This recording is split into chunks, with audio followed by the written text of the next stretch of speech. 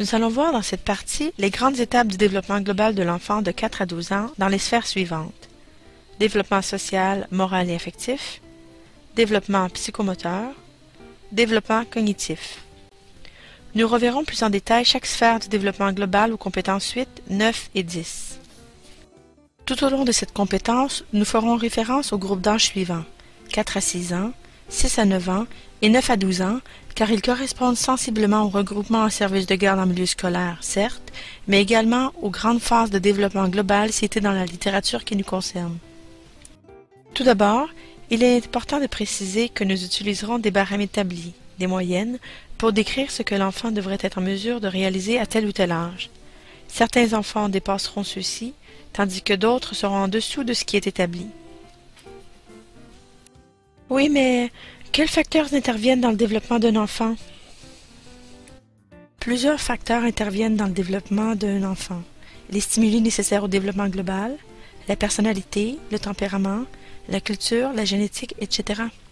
Le rôle de l'éducatrice reste toujours le même, favoriser le développement global, donc l'ensemble des dimensions du développement.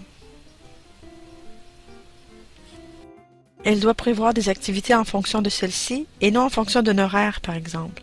De plus, elle doit être en mesure d'observer le niveau de développement de chaque enfant et de son groupe afin de travailler efficacement et ainsi faire évoluer l'enfant selon son propre rythme et les capacités qui lui sont si particulières. Mais qu'est-ce qu'on entend exactement par le développement global? On peut définir le développement global comme suit. Un processus progressif et continu de croissance simultanée de toutes les dimensions de la personne. Il sous-tend l'acquisition de connaissances, la maîtrise d'habiletés et le développement d'attitudes sur le plan cognitif, psychomoteur, social, affectif et moral. Tout le long de ce cours, nous décortiquerons les 5 dimensions du développement global de façon à bien saisir l'importance de chacune d'entre elles, l'interaction qu'elles ont les unes par rapport aux autres, et ainsi comprendre l'impact de nos interventions sur le développement global des enfants qui nous sont confiés. Cette partie est très importante car elle est la base des compétences suivantes. Vous devrez donc vous y référer souvent afin de vous imprégner de la matière. Nous verrons les éléments du développement global et leurs manifestations. Nous aborderons les termes reliés aux différentes sphères du développement en les vulgarisant le plus possible et en voyant les manifestations concrètes et observables dans le comportement. Le but étant que vous soyez capable d'observer les manifestations, de détecter un problème et de référer à la littérature en cas de besoin. Il est important en début d'année ou à chaque changement de groupe d'âge de vous rafraîchir la mémoire sur les grands aspects du développement.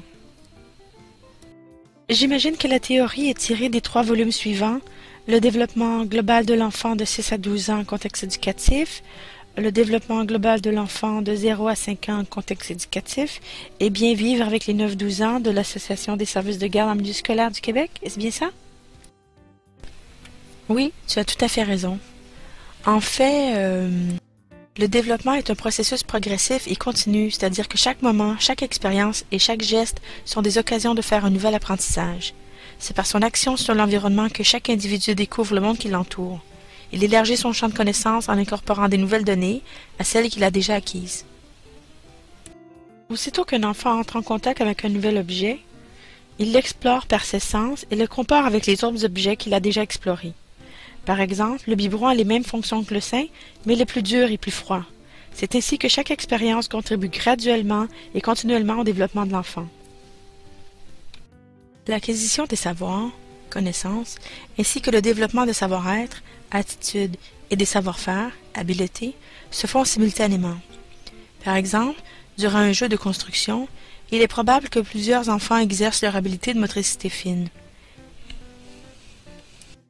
Mais il y trouve aussi une occasion de communiquer, d'évaluer la dimension de la pièce, de se faire des amis, de se sentir compétent. Durant une telle activité, tous les aspects de la personnalité de l'enfant sont sollicités simultanément. Comme la réalité de chacun est différente, il est impossible de prévoir quel apprentissage l'enfant fera à un moment précis. Donc, si je comprends bien, une même activité peut favoriser le développement cognitif, le développement psychomoteur, le développement affectif, le développement social et le développement moral. L'enfant se développe globalement. Tous les aspects de sa personne sont continuellement en relation les uns avec les autres et leur développement se fait en même temps. Toutefois, Pour mieux étudier comment s'effectue le développement, il est utile d'isoler ces différentes composantes, soit les développements cognitifs, affectifs, social, psychomoteur et moral. Cette façon de procéder ne doit jamais faire oublier que le développement de l'enfant s'effectue sur tous les plans à la fois. Les divers domaines de développement sont interreliés et indissociables.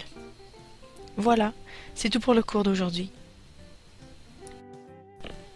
Donc, il faut toujours garder en tête que chaque enfant est unique et qu'il se développe à son propre rythme. Voilà, tu as tout compris. Bravo.